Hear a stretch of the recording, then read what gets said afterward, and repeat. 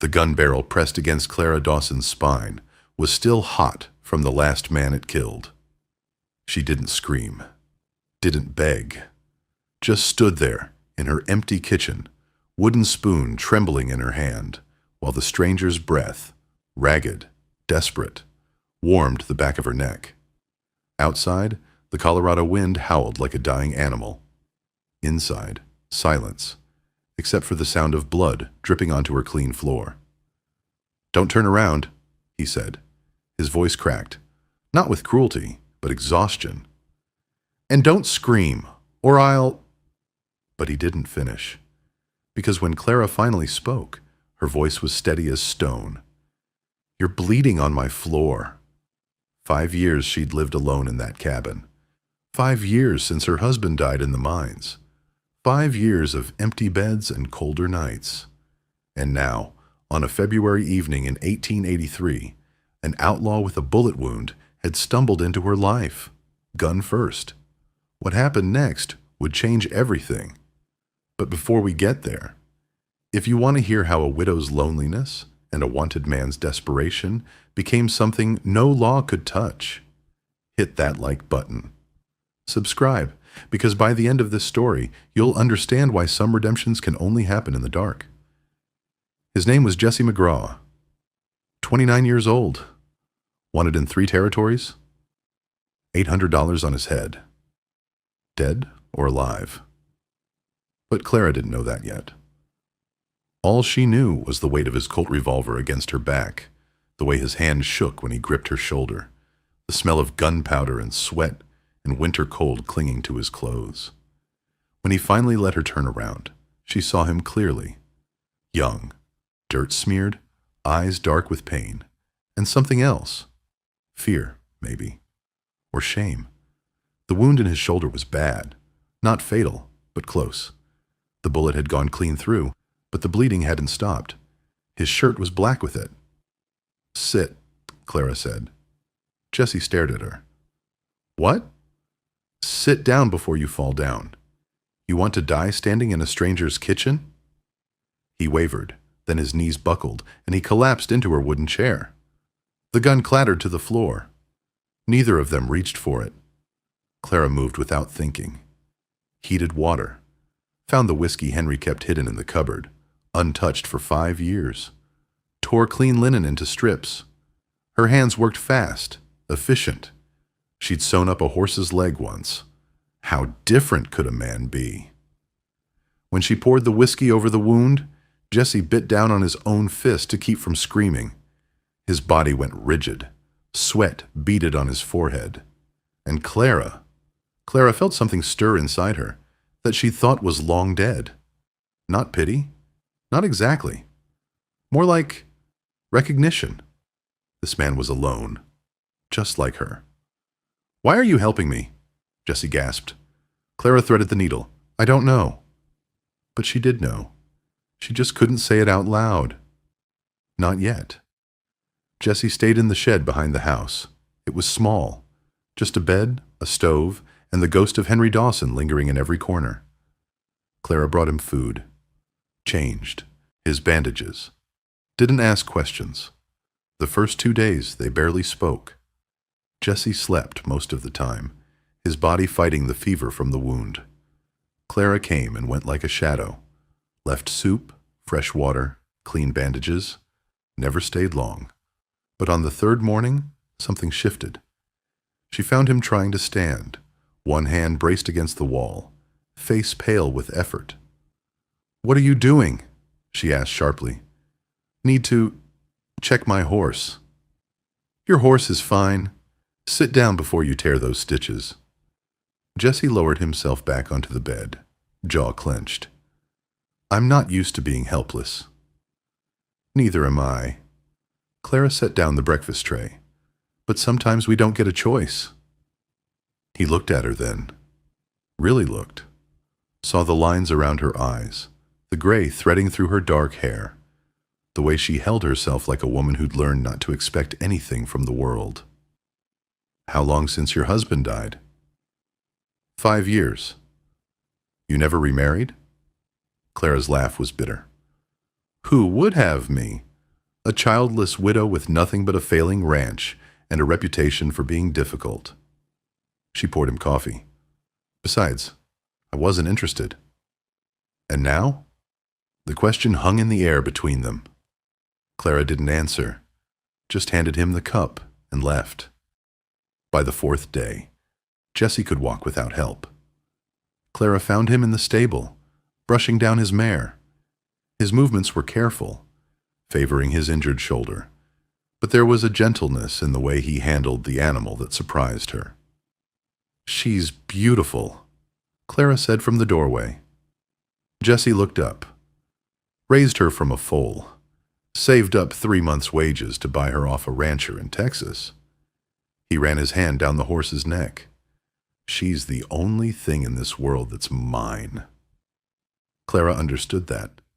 The need to own something. To have something that couldn't be taken away. She stepped into the stable. "What was your life like? Before I killed a man and became an outlaw?" Jesse's smile was rueful. "Nothing special. Worked cattle drives. Broke horses. Slept under the stars more nights than in a bed." He paused. "I was never good at staying in one place." "Why not?" "No place wanted me to stay." Clara felt that truth like a punch to the chest. She knew what it meant to be unwanted, to be tolerated, but not treasured. Henry had been a good man, but he'd married her because he needed a wife, not because he loved her. And when he died, she'd mourned the loss of companionship more than the loss of love. "Tell me about him," Jesse said quietly. "Your husband." Clara was surprised by the question. No one ever asked about Henry anymore.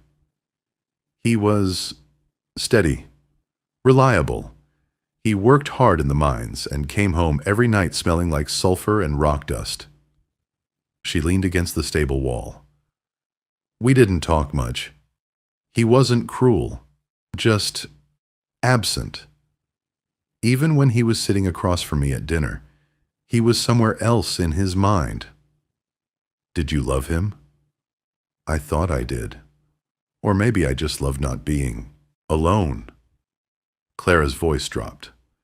"But when he died, I realized I'd been alone the whole time anyway."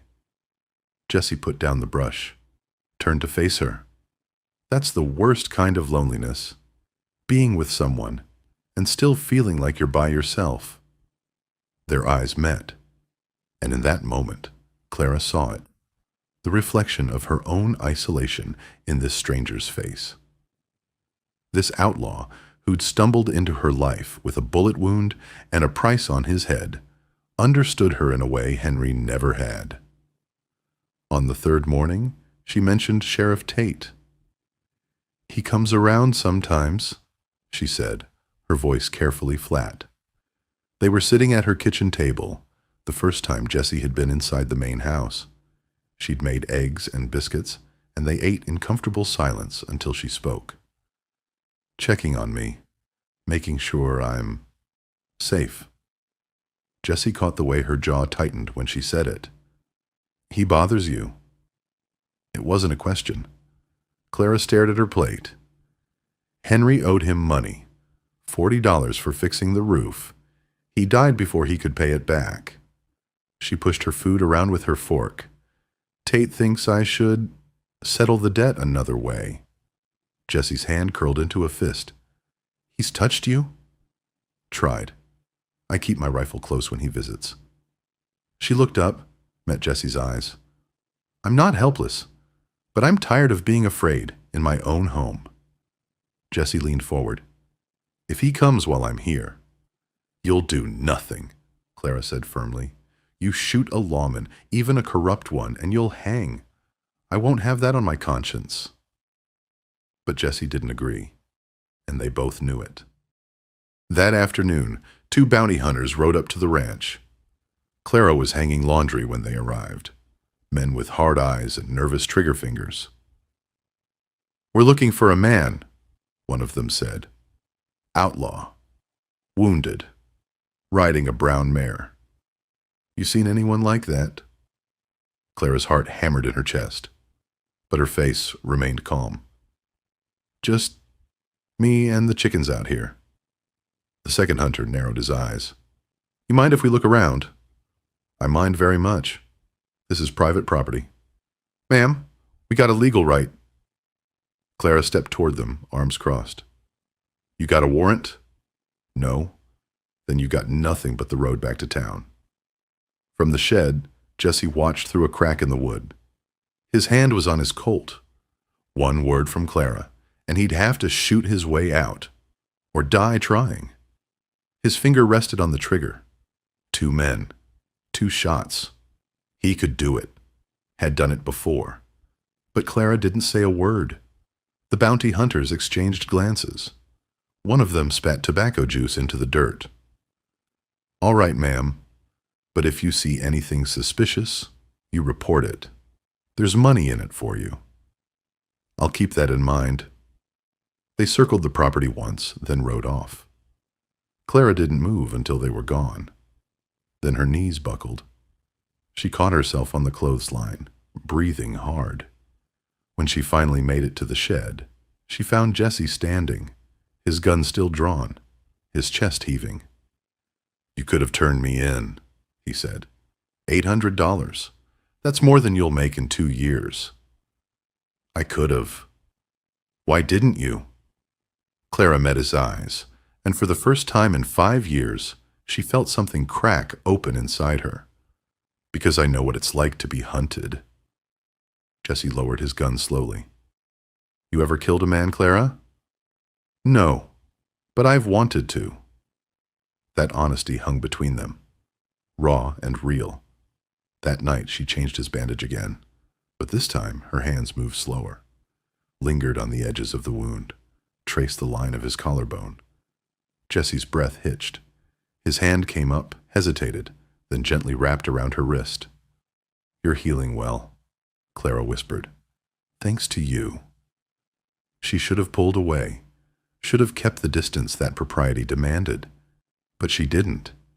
Instead, she let her fingers trail down his arm, feeling the rough texture of scars from old fights, old wounds, old lives.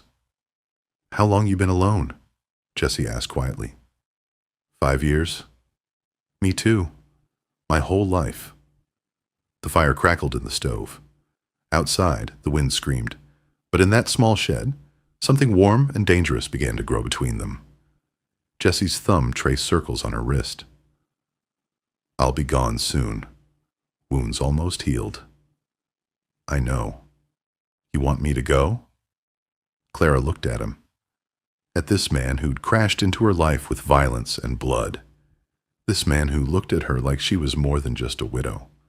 More than just a lonely woman in a failing ranch. "No," she whispered. "I don't." And that admission, that single word, changed everything. Sheriff Hiram Tate arrived on a Thursday. He was drunk. Clara could smell it before he even got off his horse. That sour stench of whiskey and bitterness. His eyes were bloodshot, his grin crooked. "Clara," he drawled, climbing the porch steps uninvited. "Heard there's been outlaws around. Thought I'd check on you." "I'm fine, Sheriff. You can go." But Tate didn't go. He stepped closer.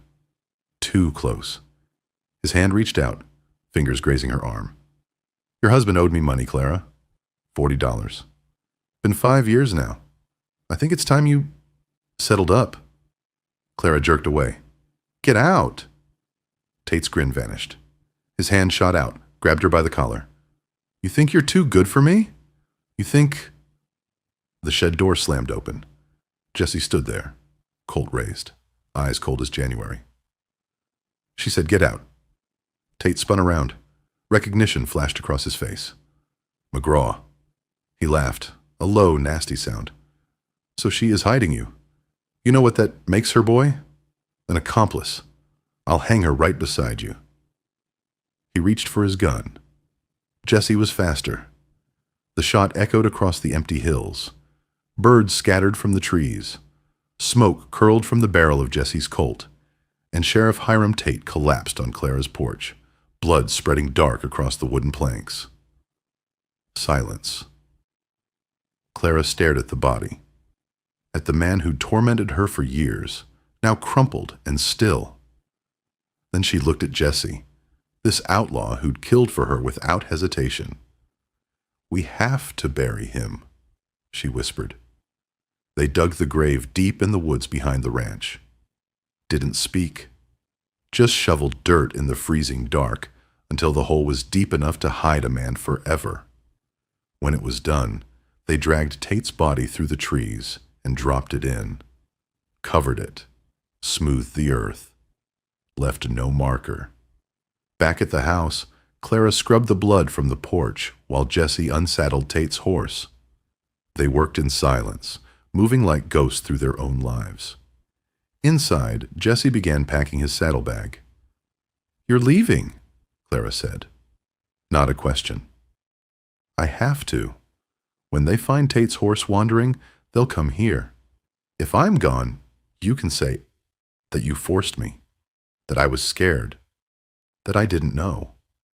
Clara's voice was hollow. "I know the story, Jesse." He looked at her, really looked at her. This woman who'd saved him, hidden him, lied for him, who was about to lose everything because of him. "I'm sorry," he said. "Don't be." They didn't sleep that night. Clara built up the fire. Jesse sat beside her on the floor, close enough that their shoulders touched. The heat from the flames painted their faces in gold and shadow. Outside, the world was frozen. Inside, something thawed. "If there was another way," Jesse started. "There isn't." Clara turned to face him. In the firelight, she didn't look like a grieving widow anymore. She looked like a woman on the edge of something wild. "This world doesn't make room for people like us." Jesse's hand found hers, rough palm against rough palm. "I'll remember you," he said quietly. "Every day." Clara closed her eyes. Tears slipped down her cheeks. And then Jesse pulled her close, wrapped his arms around her, like she was something precious he was about to lose. They sat like that for a long time, not speaking, just holding on. And then Clara turned her face up. Jesse's breath caught. Their eyes met in the firelight. A question asked and answered without words. His hand came up to cup her jaw. His thumb traced the curve of her cheekbone. She leaned into the touch, hungry for it, starving for it after 5 years of nothing. When their lips met, it wasn't gentle. It was desperate. 5 years of loneliness crashing together. 5 years of cold beds and empty arms. She pulled him closer, fingers tangling in his hair. He kissed her like a drowning man gulping air, like she was the only solid thing in a world that wanted him dead. They pulled apart, foreheads pressed together, breathing hard. "Clara." His voice was wrecked. She didn't let him finish. Just stood, took his hand, and led him to the bedroom. The room was dark, except for the sliver of moonlight through the window. Clara's fingers trembled as she unbuttoned her dress. Jesse's hands covered hers, stilling them. "You don't have to." "I know." She looked up at him. "I want to." The dress slipped from her shoulders, pooling at her feet. Jesse's breath hitched. She stood before him in just her chemise, the thin fabric barely hiding the curves of her body. His eyes traced the line of her neck, the swell of her breasts, the dip of her waist. "You're beautiful," he whispered. No one had called her beautiful in 5 years. She reached for him, pulling his shirt over his head. Her hands explored the planes of his chest, the hard muscle, the bandage she'd tied just days ago. He shivered under her touch.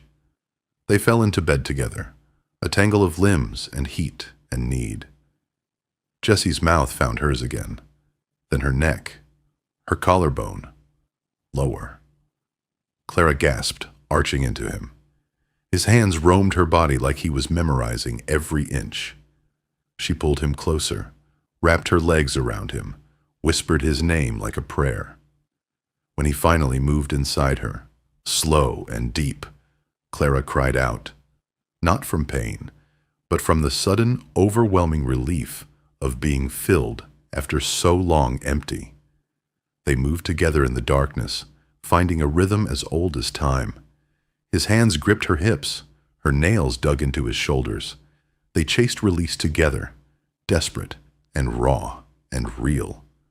Afterward, they lay tangled together, sweat-slicked and breathing hard. Jesse's arm around her waist, Clara's head on his chest, listening to his heartbeat slow. "Stay," she whispered into the dark. But they both knew he couldn't. Jesse left before sunrise. Clara stood on the porch in her thin nightgown, watching him saddle his horse in the gray pre-dawn light. The cold bit through the fabric, but she barely felt it. He swung up into the saddle, looked down at her one last time. "I'll write to you, when it's safe." Clara nodded, couldn't speak. If she opened her mouth, she'd beg him to stay, and that wouldn't be fair to either of them. Jesse touched the brim of his hat. Then he spurred his horse and rode south toward the border, toward Mexico, toward a life she couldn't follow. Clara watched until he disappeared into the morning mist. Then she sank down onto the porch steps and sobbed, great, heaving cries that she'd held back for 5 years. She was alone again. 1 year later. February 1884. The same bitter cold, the same empty ranch, but something in Clara had changed. She still fed the chickens, still sold eggs in town, still slept alone, but there was a lightness to her now, a small, secret smile that touched her lips when she thought no one was watching. No one ever found Sheriff Tate. The town assumed he'd run off with tax money, wouldn't be the first lawman to disappear into the territories with full pockets. Then, on a bright winter morning, the mail rider brought a letter. No return address, no postmark, just her name in rough handwriting on the envelope. Clara's hands shook as she opened it. Inside, a letter and $200 in bills. "Clara, I'm writing from a place where no one knows my name. Made it to Mexico. Got a small spread in the Sonora Highlands. No law here, no bounty hunters, just mountains and wind and quiet. I think about you every day, about that cabin, about the last night by the fire, about the way you looked at me, not like an outlaw, but like a man. The money's a start. I'll send more each month from honest work I've found down here. I owe you more than my life. If you ever want to leave that place, leave the loneliness and the memories. Come to Sonora. Ask for Javier Morales, in the village of San Miguel de Horcasitas. That's the name I use now. I don't dare hope you'll come. But if you do, I'll spend the rest of my days making sure you never have to be alone again. The man who remembers you." J. Clara read the letter 3 times. 4. Her tears fell onto the paper, smudging the ink. Then she stood, walked into the bedroom, opened the old drawer where she kept her wedding ring, the gold band she'd worn for 5 years, even after Henry died. She held it up to the morning light, studied it. Then slowly, deliberately, she slid it off her finger and placed it on the table. She stood there for a long moment, looking at the ring, the symbol of her past, her prison, her grief. Then she turned her back on it and walked out of the room.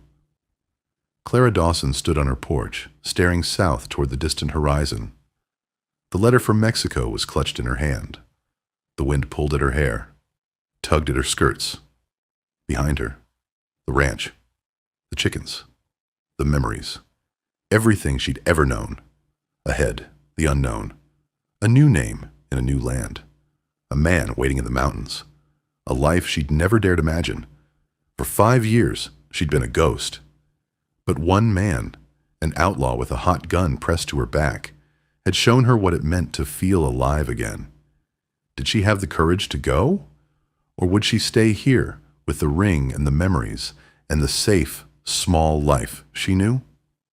She didn't know yet. But for the first time in 5 years, she had a choice.